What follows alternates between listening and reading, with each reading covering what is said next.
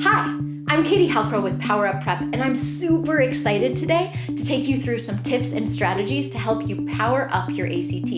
If this is your first time with us, first, welcome. Second, check out the link below. There, you're going to find the ACT questions and the note sheets that you can do along with these videos. All right, so let's get those materials together, and we're going to be ready to power up.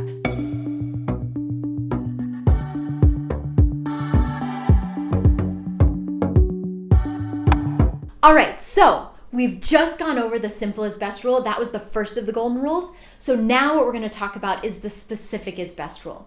So the specific is best rule has two parts. One is for grammar questions and one is for content questions. And just as a reminder, grammar questions are the questions that just have 4 answer choices, and content questions are the questions that have an answer choice before the 4 answers.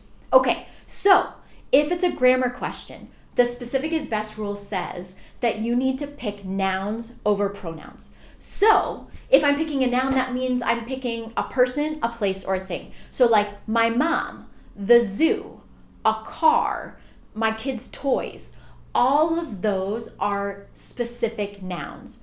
Pronouns are things that stand for nouns. So like his, her, my, yours, ours, he, she, we, they, them, all of those are pronouns. So if you have a choice between a pronoun and a noun, a specific noun, you always want to go with the noun. And that's for grammar questions. Okay, so then content questions are a little bit different because they have a question before the 4 answer choices. So you still want to be specific. That's primary. But you also want to answer the question being asked. So in a content question, what you're going to do is you're going to read the question, so the question that's above the 4 answer choices, and then pick the most specific answer that answers the question that's being asked. Okay? So specific is best rule, nouns over pronouns for grammar questions, and then for content questions, make sure that you're choosing the most specific answer that answers the question being asked. All right, we should be set. Let's go.